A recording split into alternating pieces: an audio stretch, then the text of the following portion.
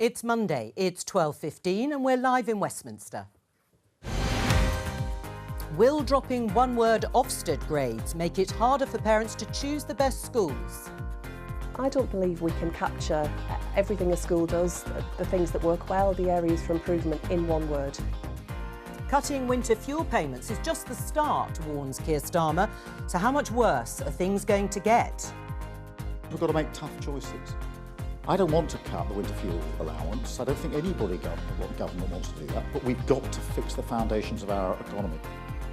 6 Conservative MPs are competing to be their next party leader. Today, Kemi Badenoch launched her campaign. We have to focus on renewal. The renewal of our party, our politics and our thinking. And this lunchtime, James Cleverly is about to make his pitch. You can see Grant Shapps there, about to introduce him.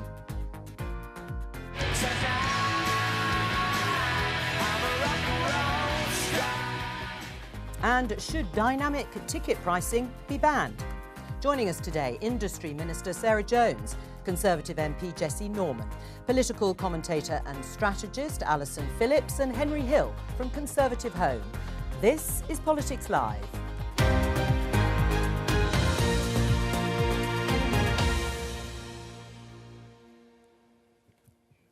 Welcome back. This is our first programme back after the summer break. MPs are also back in Parliament to what Labour is promising is going to be an extremely busy legislative schedule. So we're delighted that we've persuaded 2 MPs to grace our studios today and, of course, our 2 other guests as well. Let's start with a big announcement, actually, that Labour has made to start the new term, and that is that one-word Ofsted grades for schools in England are to be scrapped. Who benefits most from this change, Sarah, parents or schools? I think everyone will benefit. At the moment, 90% of schools are either good or outstanding. And as someone with 3 kids in a secondary school, it's quite hard to make a judgment about a school just from one single word. But most importantly, it does nothing to drive up standards. And that has to be at the heart of everything that we're going to be doing. So what we're announcing today is in line with what was in our manifesto, what Bridget Phillipson announced last year as well at party conference, that we're going to get rid of this single word and have a scorecard so that people can really see what they are looking at, what the view is of Ofsted in a more sympathetic. You've always been able to do you've always been able to do that though, haven't you, Sarah? Because although there is has been this one word, as you say, outstanding, good, requires improvement or inadequate, there is a full report that parents can read. There is a full report, but I think everybody focuses on the one word. And as I said, 90% of all schools are good or outstanding, so it doesn't really give you any particular detail. Now, if you're a parent, for example, with a child with special needs, we want the scorecard to give you a bit more of a flavour and a bit more of a sense of how good that school is when it comes to judging special needs. And I should say that nearly 8 in 10 parents think a scorecard is a better system. I think parents are perfectly able to look at a bit more complexity and look at a little bit more detail and make a judgment. But this is about improving standards. That is the driving force behind this. Education unions and the teaching profession have welcomed the changes. Jessie, do you? I actually think this particular change is a sensible one, yes. I think the idea that you could summarise an entire school's capability in one word is obviously not something that stands a moment's scrutiny. And obviously, if the effect of this is to nudge parents into engaging more deeply with the reports that are already done or with the future scorecard, then that's probably a better way to build a deeper understanding of what the school's really about and what it stands for. So I think there's plenty of other aspects of education policy I would question, but I think this is probably sensible. I mean, Damien Hines, former Education Secretary, Conservative Education Secretary, has said actually it takes away some of the simplicity on offer to parents when they are looking at schools. Do you think he's got a point? I think simplicity is important, but I think this was overly simplistic for something that is really quite complex. I mean, so not only have we got the issue that most schools are good or outstanding, the other issue is that every child's needs are quite different. And so if you're a parent of 3 children, each of those 3 children, you might be looking for a very different school with a very different offering. So I think, simplicity, if you get it on the side of A4, your scorecard, so you're not really asking parents to do too much thinking about those nuances, but the information is there for them. And then it's all the other aspects of Ofsted. What are we going to do with them to ensure that they're doing proper investigations, that schools aren't putting on, great shows that aren't really showing the full gamut of what is available, and that we are really offering the opportunity to improve for kids. Is this an improvement, Henry? I mean, it depends how they do it. I think the thing is that there's actually it's not an either or proposition. You could have a scorecard and what is effectively a grade, right? We say one word, but it is a grade. Now, you could make it more granular. If sort of 90% of schools are in the top 2, you could introduce more of them. But we don't, in regular schooling, assume that you can't assign a single score that is indicative of someone's performance. If we give a child an A or a B, that obviously doesn't capture the vast richness and detail of their understanding of a particular subject's different areas, but we still accept it as a sign of how good they are at maths. But on, right? on that point, I think that's an interesting point. I was just going to say one thing, which is in terms of your GCSEs, you wouldn't give one score to a pupil for their whole GCSEs. You've got the different marks, and I think the scorecard is a similar prospect. It depends on how the scorecard is done. The fact that the unions are in favour of it makes me slightly suspicious, because some of them are generally quite hostile to testing in general and the sort of information that has historically given parents the information they need. But I just think for a lot of parents, it's very easy for people in Westminster who are policy people to think, this is actually a relatively concise bit of information. But an awful lot of voters who aren't used to engaging in policy, maybe that one-word grade is a helpful indicator. But parents are also in favour of it. The Parents Teachers Association, overall, they're in favour of it as well. So I think everyone's realised that this isn't really giving parents all the information they need when they're making a big decision.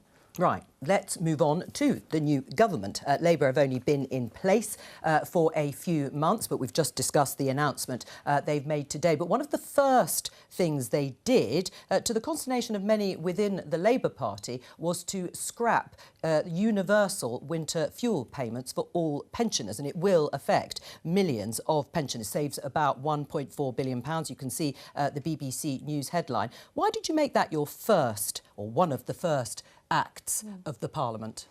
Well, there was a really interesting article in The Observer yesterday by Rachel Reeves where she set out that within hours of coming into office, she was told of the true situation in terms of the nation's finances, that the reserves had been spent 3 times over in the first 3 months of the year, which I find extraordinary, that basically departments, including the ones I work in, were spending money that we didn't have. So she had to make some announcements quickly. So why was that the first? And the first one was that we were going to end some of the road programmes, that we were also having to review the NHS hospital building programme.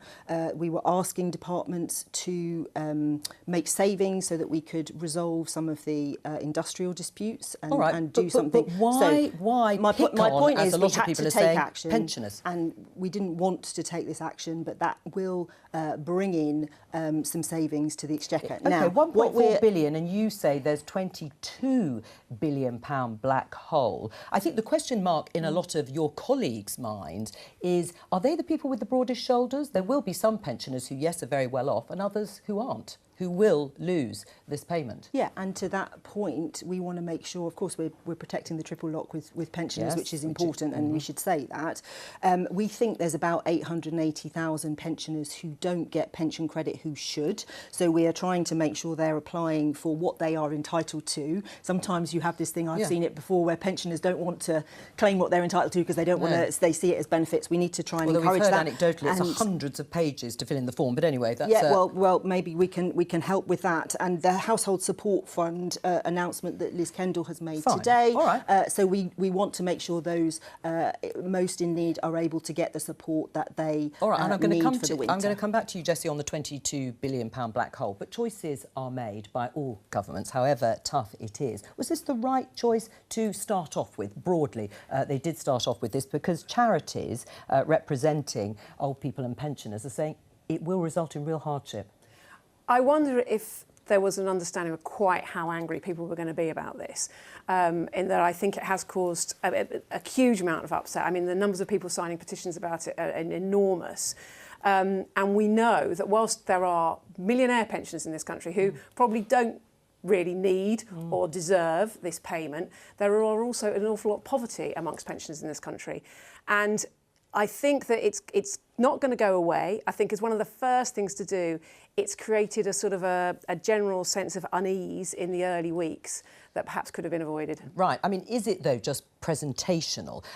There is the issue of this £22 billion black hole, pinning the blame for the current economic situation on the Conservatives. That's fair enough. Well, I think actually the true story is more complex than that. The economy was obviously still struggling with the aftermath of all of the things that we know about. The idea that you can suddenly claim a £22 billion deficit at the same time that you're shelling out enormous amounts of public money to meet certain pay settlements. What would the Conservatives have done differently? You wouldn't have abided by the recommendations of the pay review bodies to give that 5.5%? I was in the Department of Transport when these conversations first took place in the case of the rail unions, and the point was there, we don't settle without a quid pro quo, without an agreement on both sides as to what reform of practices is going to take place. And that hasn't happened. Hasn't happened in the transport unions and hasn't happened in the teaching unions as far as we can see. So to turn around and suddenly say, oh, by the way, this isn't austerity, but we need to save all this money, and by the way, we're frugal, but we're also spending all this money on our friends who have voted for us in the last election, feels to me pretty political rather than actually economically driven. And then to go on and say, not only to one's own Labour supporters, well, we're not going to deal with the child benefit limit, but we're also going to take away winter fuel allowance from hundreds of thousands of people who are not, you know, enormously wealthy, as Alison has said, but are still struggling and who won't necessarily go on benefits because they think it's the wrong thing to do, is frankly pretty punitive. Right, well, punitive, and you've given or agreed, yes, to the pay review body's recommendations of those pay rises. So those independent pay review bodies, as you say, were sat there with their recommendations for ages. The government made no allowance for them, and let's look at the kind of basics of what they mean. If you're a new teacher, you were on 30,000 odd, you'll now be on 31.5, something like that. These are not unreasonable at a time of huge inflation and huge problems. We have to have income in Herefordshire is £30,000 a year for two earners. But £30,000 is a very good starting salary. There are engineers coming out with master's degrees in universities who are earning £30,000 a year. If you want to accept people, you know, having lower salaries than we think as a profession, these professions, engineers, is a case in point. We you know, the previous government has done literally nothing to bring forward engineers. We're having to recruit them from abroad. They're on our migration list, and we need thousands and thousands of engineers to do the jobs that we need to do. We have to pay people a decent wage. So these decisions had to be made, but in every department there were commitments, including in the two departments that I'm in, commitments made that were not on any budget. They were just coming from the reserve. What did the unions concede in order to let's come back to that, form. but just briefly, sort of more broadly, Henry, why can't Labour just pin the blame for every economic woe on the last 14 years of Conservatives being in power? They are taking from the Cameron and Osborne playbook in 2010, when they endlessly accused Labour of failing to fix the roof while the sun was shining, and it worked. It did for a while, but I think the seeds of that policy's destruction are sort of evident in the example, right? Because this country's economic problems are structural and really long-lasting, and there will come a point when you can no longer plausibly blame the Tories, and those problems are still there. Now, scrapping the winter fuel allowance was the right thing to do. That's not unconnected to the fact that it's unpopular. Popular right things tend to get done really easily, but the fact is that this country has an ageing population. The over 65s are the wealthiest age cohort by asset wealth, and I think in 2017 they overtook working age households by weekly income. So hosing money at them indiscriminately is insane at a time of stretched public budgets, and I really hope that Rachel Reeves deals with the triple lock in the budget. Oh, right. Well, there's a support there for not the triple lock, because you'll be keeping that, no doubt. But let's have a listen to what Keir Starmer said, because he chose the Rose Garden, very symbolic. If you remember, it was the place of the coalition announcement with David Cameron and Nick Clegg, the Liberal Democrats at the time, in 2010. He chose to revisit the Rose Garden, also where parties were held at Downing Street under Boris Johnson, to announce this. But I have to be honest with you, things are worse than we ever imagined. In the first few weeks, we discovered a £22 billion black hole in the public finances. And before anyone says, oh, this is just performative or playing politics, let's remember the OBR did not know about it. They wrote a letter setting that out. And they didn't know because the last government hid it.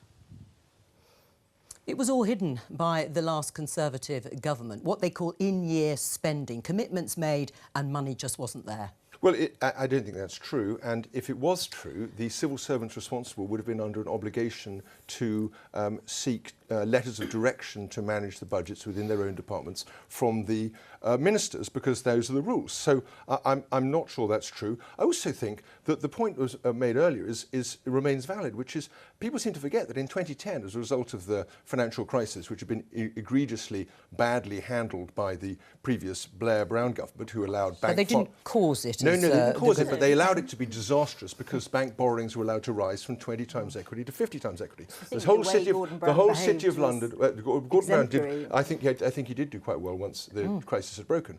But the run-up was a near doubling of the amount of debt, which is why the crisis was so disastrous. Now, just finish. But the debt is much higher now. In 2010, partly as a result of the crisis. But in terms of the narrative and the messaging, it worked, pensioner poverty was extraordinarily high. That problem has now gone away as a result of 15 years of concerted policy. Now, there are other problems there, but we shouldn't be, as it were, denouncing that outcome, because that actually is a real achievement. We should be celebrating it, even if we want to move past it. We should be celebrating. But if pensioner poverty has gone away, does that mean that we can stop the universal winter fuel allowance? I don't think the point is whether pensioner poverty has entirely gone away, because it plainly hasn't. That's what the winter fuel allowance is. That's what the argument's about. There are still pensioners who aren't claiming pension credit and who are not entitled to the winter fuel allowance once this government's decision has gone through. And those people, many of those people, will be in poverty now. But Sarah, it's just the start. We've heard it from Keir Starmer. We've heard it from Rachel Reeves. So who is going to bear the next round of pain? Well, we're going to see what is in the budget, and I think we're being as honest with people as possible. I mean, I watched Keir do his speech, and I kind of think that most of the public wouldn't have been surprised. He wasn't saying anything that we didn't really already feel and know from the way that our public services have been run, from the way that the country has been in chaos, from the way that investors are saying they're not coming to the UK anymore. We all knew this. We're just being honest. And were you honest during the campaign about the sort of pain? I mean, let's just put to one side, you think it's a lot worse, you've opened the books and stuff, although most of it was in the public domain.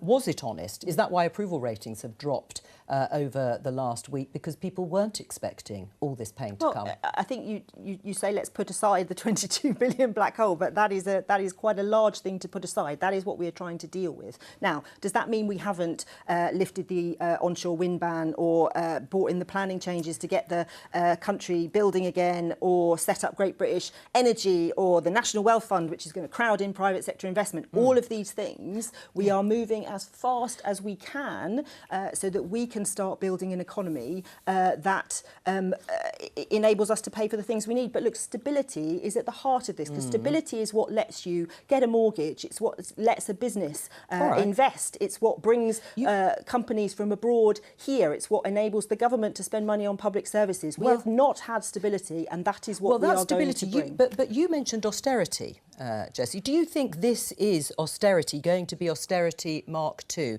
Tax rises, spending cuts, we know departments are going to have to make savings, that this is going to be a sort of echo of what we had under Cameron and Osborne? I don't know if it will or not, but I can say that lots of people will see it as such, including many Labour supporters. Let's just say one thing, though, which is Sarah's position that the last government should have spent less, and that is why the 22 billion exists? Or is that the government should have spent more? The government didn't spend the money. The money's not there. It doesn't exist. They announced it with press releases that then wasn't there. But when you talk about the 22 billion pounds of black hole, that implies spending too much. That's why there's a black hole. But is your position that actually it did spend too much? No, I don't think it is. But the money hasn't been spent. It's not there. It doesn't exist. They've announced things that we can't do. And the money wasn't attached to it. That is certainly the claim. Is this going to be austerity? I mean, it looks and sounds like austerity. Cancelling capital building projects, spending cuts to departments. We've already heard in big departments like defence, there are going to be certain things that will be cancelled, and there will be more tax rises. Not the three main ones, because they've ruled those out, but others.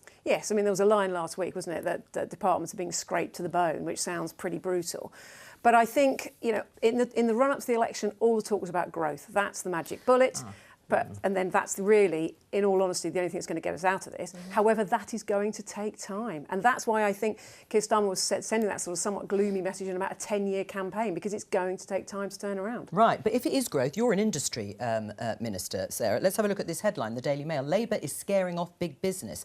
Bosses reveal sudden collapse in confidence over UK economy as tax rises and workplace reforms loom. I mean, in the end, all those breakfasts or lunches that Rachel Reeves had with industry, it all looks very shaky. You're not going to get growth with these policies. I'd be interested to see what's under that headline. I suspect they've got one or two people making a answering comment. the point, I mean, there is a risk that you choke off growth before you get it. So we absolutely won't do that. The way that we are devising our industrial strategy now, which will give certainty and stability to business, which will really incentivise industry to come and invest in the UK, that will put us on a footing where we can compete with the EU, with America, the National Wealth Fund, all of these things. We are working with business right now. I am meeting with businesses every day to talk about how do we do this together, how do we co-create this so that we get the growth that we need. And alongside that, which is really important, is the changes to rights at work, so that we make sure people benefit, not just large corporations, but that we're creating jobs that are good, skilled jobs. We've got a whole skills agenda, because this country hasn't been training the people that we need. We've been getting them in from abroad. We need to reform all of this. And I think most of the businesses that we talk to, they are with us on this. They want stability, they want certainty, they want a plan. Oh, I'm sure they want stability and certainty. Do you think there is a tension now between policies to sort of balance the books, be prudent with the finances, and then not being able to get the growth that Alison was talking about going to be the core mission? Yeah. I mean, we're going to stop needing the word austerity at some point, because this budget is just the future unless something big changes. You know, we have an ageing population, runaway forward projections on key revenue budgets such as pensions, social care, the NHS, and a stagnant economy in which key indicators such as real wages, GDP per capita and productivity have been flat since about 2008. Now, that is a doom spiral, right? Because public expectations, unlike 2010, where David Cameron, at least there was some public expectation of cuts, public expectations aren't in a place where you can make any kind of radical cost-saving measures, which means that this budget is going to be every budget we get. There will be more pressure to keep sucking more money out of the economy to put into core spending, and that's going to choke real growth. On the issue of doom, do you think there needs to be a bit more hope and optimism? I do think there needs to be a little bit more of that. And I know it's all about expectation management, so that everyone's ready for the budget. But I think everybody needs a little bit of hope as well. And I still think there is hope in the idea about investment. I still think there's hope around growth. I don't think that the whole work around workers' rights needs to be diametrically opposed to what business wants. It's how they work together. And I think I think people do need to sort of see some hope for the future. I completely take your point about the long-term challenges for the country, but you've got to find the places that there can be hope, like in education. So if we can sort of get to a point where we're raising standards, where there's more greater skills, that's an opportunity for hope. I think that's absolutely right, and we are enormously hopeful. Our platform for growth, Sarah, look at her. is really ambitious. But look, I think the public wouldn't want us to go, let's pretend. Yes. People are fed up of that. People are fed up of being lied to. So we're being honest and sensible and grown up about this. And I think actually that's the best approach, and we haven't had it for a long time. And of course the budget is coming, well, it's a long way off actually, the 30th of October. So we can talk about it for some weeks to come with the party conferences in between. Let me bring you some news, because a BBC investigation found that in a number of rental properties owned by Labour MP Jazz Athwell, they were found to have black mould and ant infestations. Now, the Labour MP himself has said he was shocked and saddened to learn of it, but they are his properties. He said he hadn't been aware. He has sacked the agency managing the flats. But there have been calls for him to quit as a councillor. I understand he remains a councillor, and calls for him to lose the Labour whip.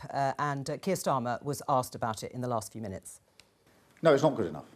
It's unacceptable for any landlord. And I'll be really clear about that. It doesn't matter whether it's a Labour MP or anybody else.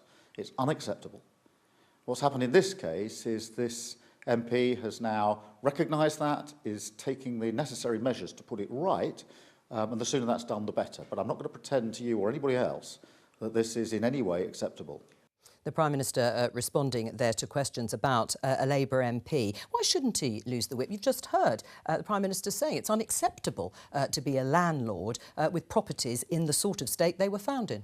Well, as I understand it, he's accepted it was unacceptable, he's putting it right. I mean, I agree completely with the Prime Minister. This kind of behaviour is not acceptable. I completely agree with that. I mean, as MPs, we spend a lot of our time defending people who come to us with problems where there are bad landlords, and we have legislation in the in the King's Speech that is going to go further, whether it comes to damp and mould or tenants renters' rights. So we are firmly of the belief that people need to have more rights when they're renting than less. So it's for the whips to make any decision, not for me. But I would just agree with what the Prime Minister said. I mean, I suppose just finally, how does it look? Because I mean, Labour MPs have lost the whip. Some people might say for less, for voting against keeping the two-child benefits policy, for example, but they're not going to lose the whip for renting flats to tenants in a pretty substandard condition. Well, as I say, I agree with the Prime Minister. Completely unacceptable. We expect higher. He's saying he's putting it right. It's for the whips to intervene.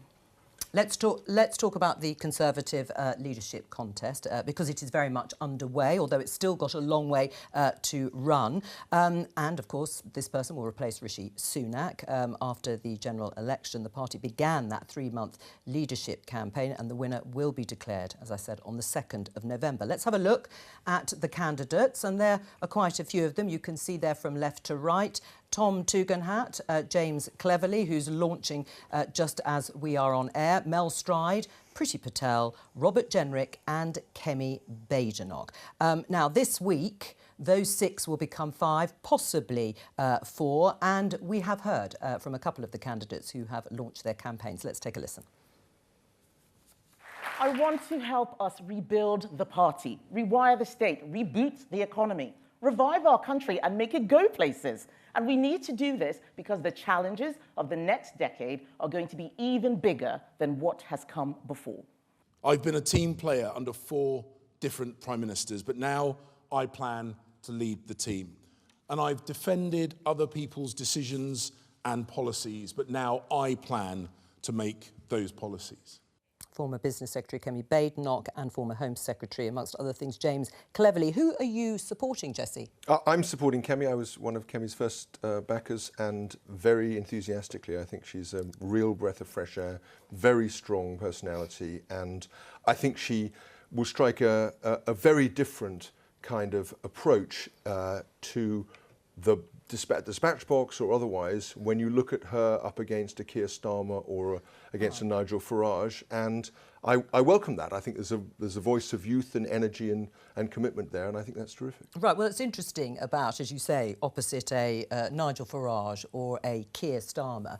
Which way do you think, or what approach does the next leader need to take? Do they need to face the challenge from reform, or perhaps the Liberal Democrats?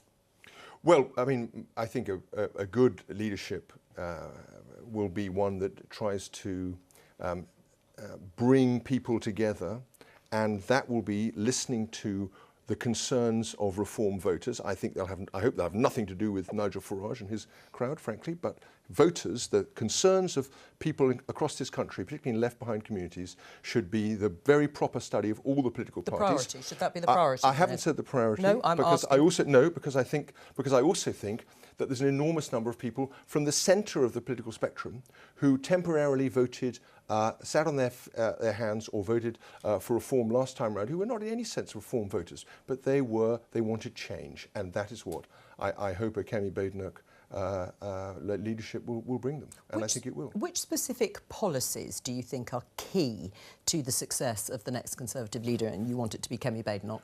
I mean, it was very interesting in her speech. She was very clear about the need for a completely different kind of approach, and that was captured by her in the idea of her as an engineer and therefore as someone used to dealing with systems and structures on the ground and actually solving them and not necessarily taking short-term decisions. It was quite interesting. She got a question about the ECHR, and she refused to say the Human Convention. She refused to give the pat answer that some have given, that she would leave. She said, no, there are plenty of countries across Europe and other places where they have proper deportation rules, and they're also signatories to the ECHR. So that isn't the problem necessarily. What we need is to think about it. And I think that's one of the things I really like about her. She's prepared to make that often rather unpopular decision to actually do some thinking and come forward with something. People say she's very direct and can be quite competent. I'll come back to that in just a moment. There is a process question, of course, because there will be candidates will be whittled down and by the MPs, first of all, before to go in front of the party membership. How does the dynamic of that sort of point to the success of one or two of these candidates? So the way that it works is the MPs whittle it down to two, and then, as you say, there's the final round. So that basically creates two races, because generally you have a candidate who is more to the right of the party and a candidate who is more on the One Nation wing. Obviously, that's not always the case, Rishi Sunak versus Liz Truss, for example, but generally. And so what you've got sort of at the moment is two races. You've got the one essentially between James Cleverly and Tom Tugendhat for the One Nation slot, and you've got the one between Robert Jenrick and Kemi Badenoch, as it seems, for the right slot. And then whichever one of those two in each contest prevails, they'll go to the membership, and the favourite would probably be the candidate of the right in this contest. Right. And so who do you think will be in the final two? Oh, that's a very dangerous to start making predictions at this point. Tom seemed to have a very strong early lead over James, but James's campaign are quite confident that they've made it up. I'm not so certain, but we'll see. On the right, Robert has had a very, very slick campaign. He was clearly the best prepared. He very effectively. Well, he went quite early, didn't he? He went quite early, and he did a real sort of raid on Alexandria by managing to knock Suella Braverman out of the contest before she even stood. But nonetheless, our survey, YouGov's polling, shows that Kemi has, if anything, only increased her lead, despite the fact that she hasn't been campaigning or going to hustings. So that suggests that that lead is, at this point, fairly unassailable. How do you think Kemi Badenoch should take on the Robert Jenrick challenge, if you like, if he is the sort of closest when it comes to perhaps the right of the party? I think that the right kind of understand that Kemi is, in a kind of deep sense, a conservative, and they like that.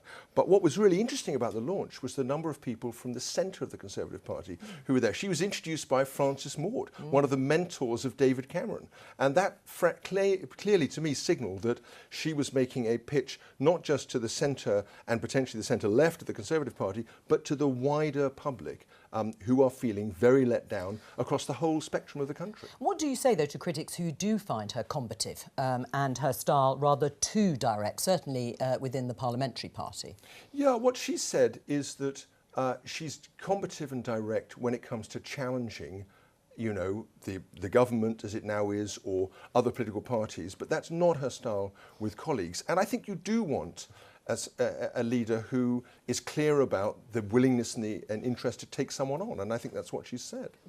How does Labour view this contest? I mean, is there somebody they fear most of all? Well, I think Kemi Badenoch is actually a concern, because I think it's quite interesting as well that while she is trying to appeal, I think, more to the centre of the party, how would she actually lead when it came to it, and would she be more from the right? And I think we're still really kind of in this sort of feels a bit more like deck chairs on the Titanic, in that until such point as the Conservative Party really understands what it is and who it is for and what the future is it all just a sort of an exercise in throwing names around? Somebody might come in, they might be there for a couple of years and then move on. Because I don't think that the fundamental question has been answered as what is the Conservative Party? Who are its members going to be when they're all ageing at such a vast rate?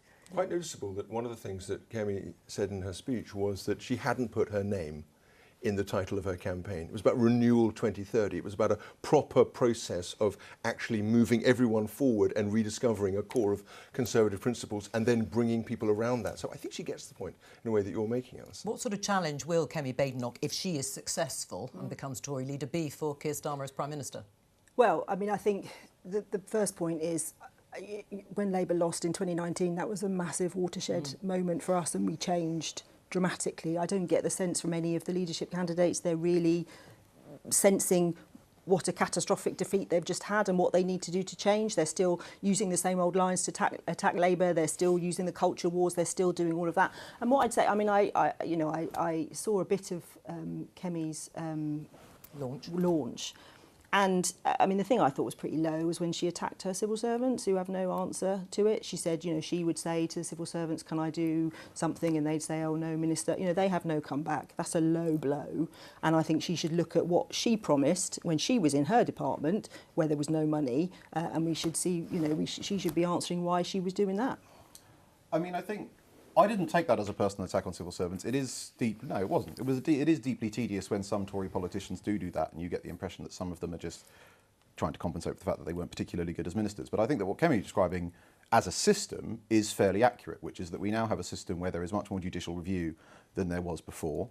There are an awful lot of internal civil service units, like the UK Governance Group for Devolution, which are effectively they obviously can't countermand ministers, but their first response is to police policy and keep it in line with certain objectives. And that obviously has an impact on the choice architecture facing any minister. I mean, obviously I've only been a minister for a few weeks, but my experience of it is that, you know, yes, there are views. Of course there are. There's great expertise in the department, in all the departments. But if you say, no, I would like to look at this and do this instead, then of course they say, well, yes. You were a civil servant before, though. I was, yes. Yeah, so you know, you've seen it from both sides. Yes, I have seen and it. I understand you want to support that. And frankly, as a minister, I always rather loved my civil servants. I thought they were very effective. So I tend to agree Jeremy with Hunt. I mean, I you know, have been a civil servant for Labour and Conservative. Yeah, and he was nice to work for, actually. No, exactly. Yeah. Good. In terms of who the next leader or what the next leader is going to be able to do, I mean, do you see the successive candidate as actually becoming Prime Minister?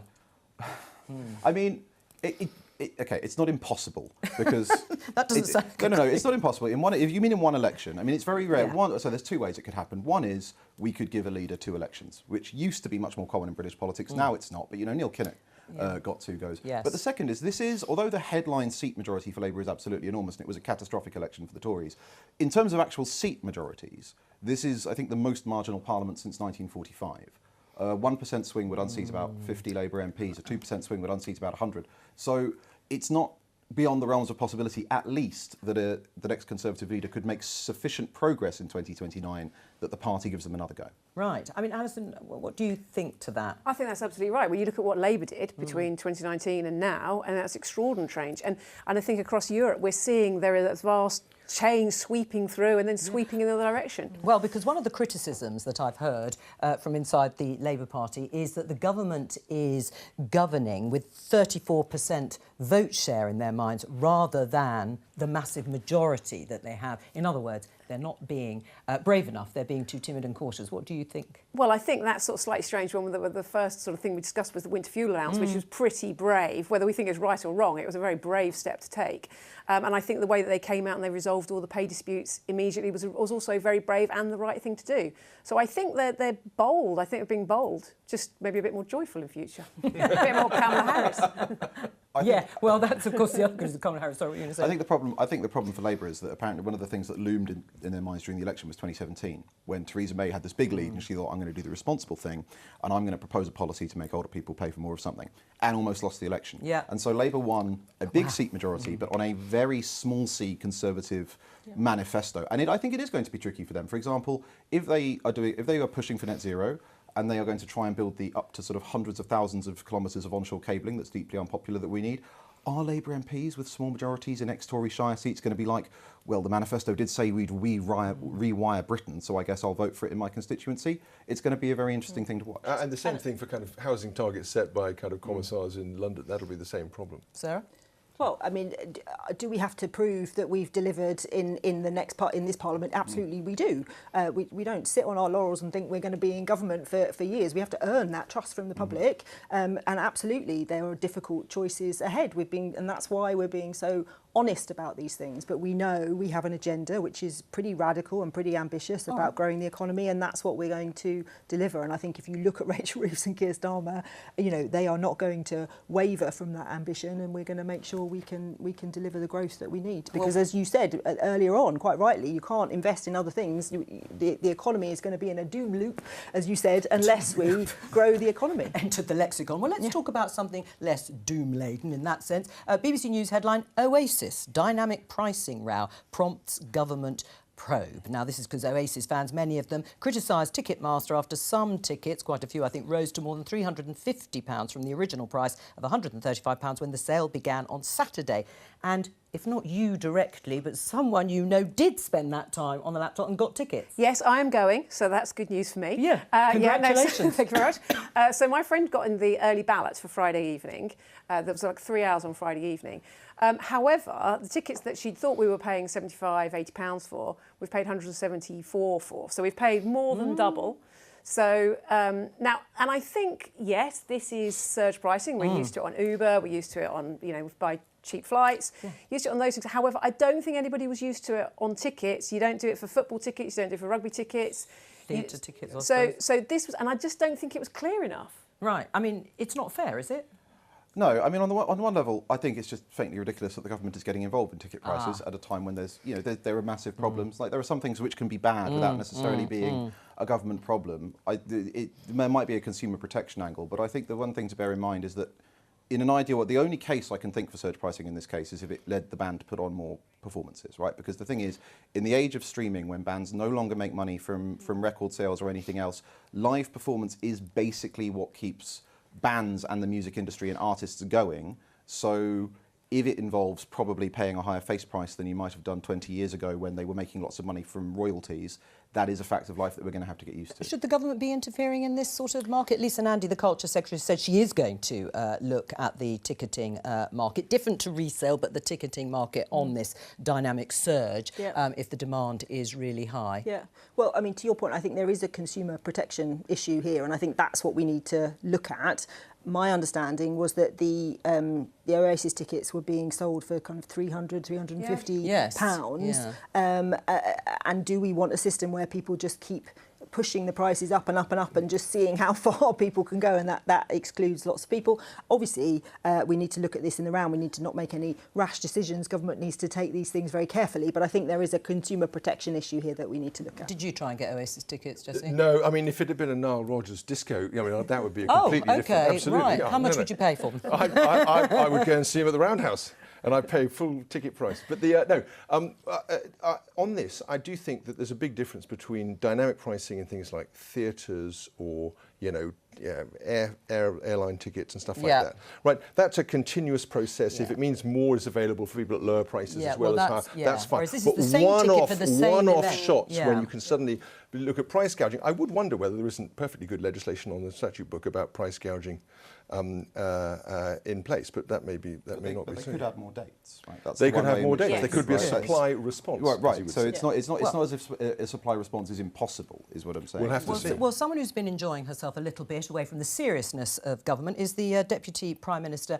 Angela Rayner. We can show you some pictures, I think, that emerged from the weekend. Enjoy some live music. There she is, rocking it there in Ibiza behind the DJ booth at a nightclub. But it did trigger some criticism from Conservative MPs, some of them, and ex-Conservative MP Nadine Dorries, who wrote in her column, she's demeaned her office. Has she really demeaned her office by having a boogie in the... No. Listen, I've just been calling out for Nile Rodgers and disco. I think it's fantastic. I'm all in favour.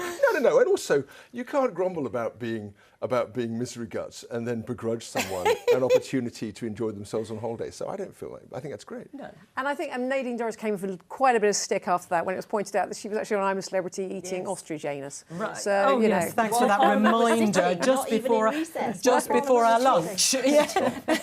That's cruel, Alison. That image is just... Did you enjoy the image? Apparently Michael Gove, her predecessor, of course, says it's in a good tradition of communities and housing secretaries. I spent the weekend at a festival listening to very similar music, so I think it's absolutely fine. You should let politicians have time off and do nice things. I think the only thing that I hope comes out of this is that she comes back and she recognises the huge challenges to the nightclub sector that the planning system currently causes. You are back to a serious point here. Local residents should not be able to get clubs shut down for noise complaints if they moved there after it was built. Well, the only bit of music I'm afraid we have on this show is our outro, which you can hear in the background. I won't boogie. That's all for today. I will be back tomorrow, of course, with more Politics Live at 12:15 on BBC Two and the iPlayer. Bye-bye.